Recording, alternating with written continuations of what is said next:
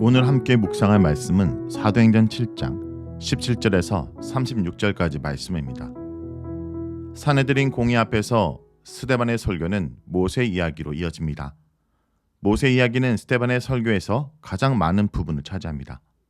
무엇보다 스데반은 모세 이야기를 하면서 의도적으로 그의 설교 후반에 소개할 예수님 이야기의 유사성을 발견하도록 하는 의도가 있습니다.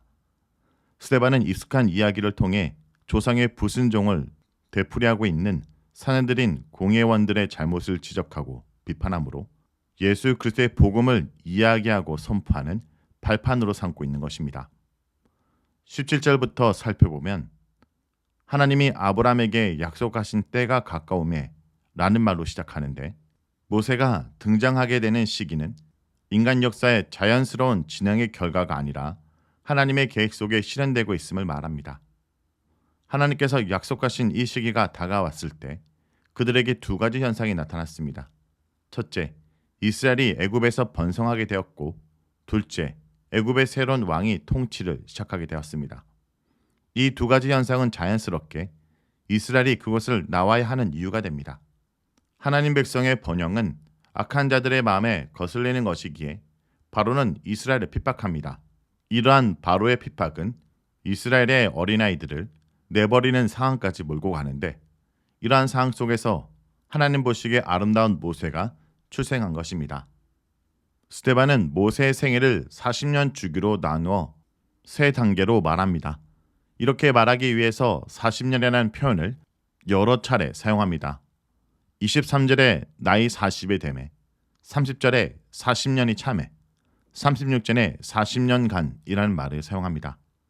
첫째 40년은 바로의 왕국에서 살면서 애굽의 학수를 배웠고, 둘째 40년은 미디안 땅에서 나그네로, 셋째 40년은 이스라엘을 출애굽하는 일에 섬기는 자로 보내게 됩니다. 그런데 무엇보다 우리가 이 본문을 묵상할 때 놓치지 말아야 될 초점이 있습니다. 스데반은 단순히 모세 이야기를 설교하기 위한 것이 아니라는 것입니다.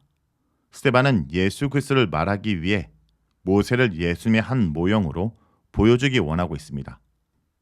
그래서 둘째 40년 이야기 시작에서도 모세가 동족을 도우려는 마음에서 애굽 사람을 죽인 사건도 단순히 그가 살인을 저지르는 것이 아니라 한 사람이 원통한 일을 당함을 보고 보호하여 압제받은 자들을 위하여 라고 표현하므로 모세 손을 통해 동족을 구원내려는 하나님의 계획을 시사합니다. 하지만 이스라엘 백성은 모세를 애굽 종살이로부터 구원해줄 구원자로 미처 깨닫지 못합니다. 이것은 지금 마치 유대인들도 하나님의 메시아로 오신 예수님을 구원자로 알아보지 못하는 것과 연결하고 있는 것입니다.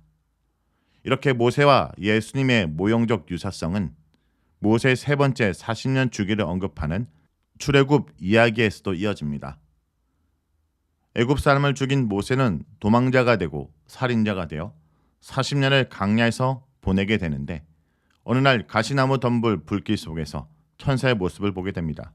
그리고 이스라엘의 구원자로 사명을 받게 됩니다. 무엇보다 둘째 40년 기간에 이스라엘 백성에게 들은 말은 누가 너를 간원과 재판장으로 세웠냐인데, 이제 세 번째 40년 주기의 시작에 하나님이 그를 부름으로 모세를 간원과 재판장으로 세우신 것입니다.